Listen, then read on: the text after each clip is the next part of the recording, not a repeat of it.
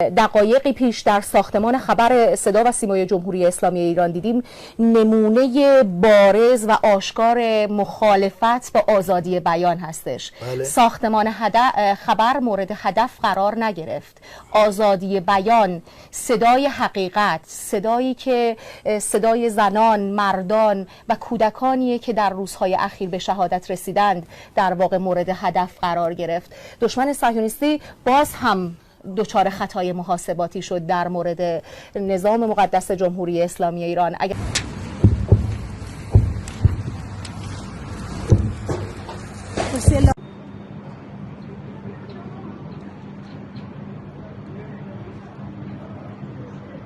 دقایقی پیش در ساختمان خبر صدا و سیمای جمهوری اسلامی ایران دیدیم نمونه بارز و آشکار مخالفت با آزادی بیان هستش. ساختمان خبر مورد هدف قرار نگرفت. آزادی بیان، صدای حقیقت، صدایی که صدای زنان، مردان و کودکانیه که در روزهای اخیر به شهادت رسیدند در واقع مورد هدف قرار گرفت. دشمن صهیونیستی باز هم دچار خطای محاسباتی شد در مورد نظام مقدس جمهوری اسلامی ایران.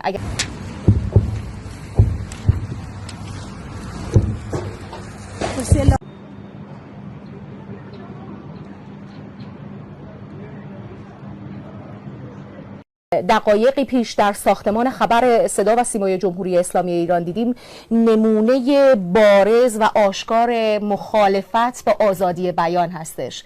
ساختمان خبر مورد هدف قرار نگرفت.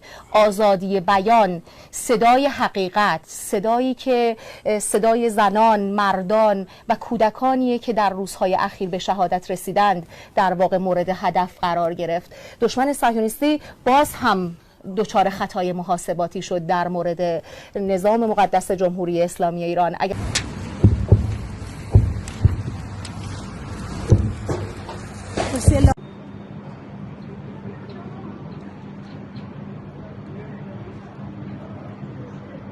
دقایقی پیش در ساختمان خبر صدا و سیمای جمهوری اسلامی ایران دیدیم نمونه بارز و آشکار مخالفت با آزادی بیان هستش. ساختمان خبر مورد هدف قرار نگرفت.